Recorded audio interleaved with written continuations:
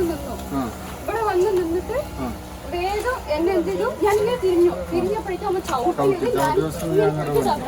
പാലക്കാട് അകത്തേത്തറയിൽ നടന്നു പോകുകയായിരുന്ന പെൺകുട്ടിയെ പിന്തുടർന്ന മാല പൊട്ടിച്ച് രക്ഷപ്പെട്ട പ്രതിയാണിത്. സത്യം ചതുർവേദി, വയസ്സ് 25. ഇത് ചതുർവേദിയുടെ സുഹൃത്ത് ഹിതേഷ്. മഹാരാഷ്ട്ര സത്താറ സ്വദേശികൾ. സത്യം ചതുർവേദിക്ക് ഓഹരി വിപണിയിൽ പണം നഷ്ടമായി. പിടിച്ചു നിൽക്കാൻ വേറെ വഴിയില്ലെന്ന് മനസ്സിലാക്കിയാണ് മോഷണത്തിന് തുനിഞ്ഞത്.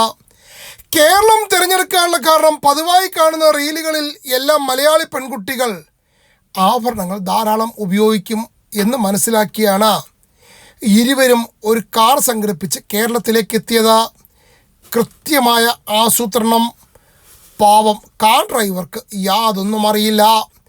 മലമ്പുഴ മന്തക്കാട് നിന്നും നടന്നു പോവുകയായിരുന്ന പെൺകുട്ടിയെ പിന്തുടർന്ന സംഘം പരിസരം നിരീക്ഷിച്ചതിന് ശേഷം കഴുത്തിൽ കിടന്ന മാല പൊട്ടിക്കുകയായിരുന്നു.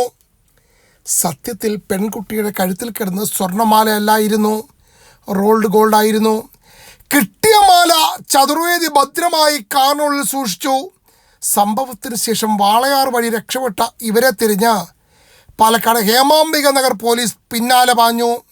കാരണം നമ്പർ പ്ലേറ്റ് ഒറിജിനലായിരുന്നു.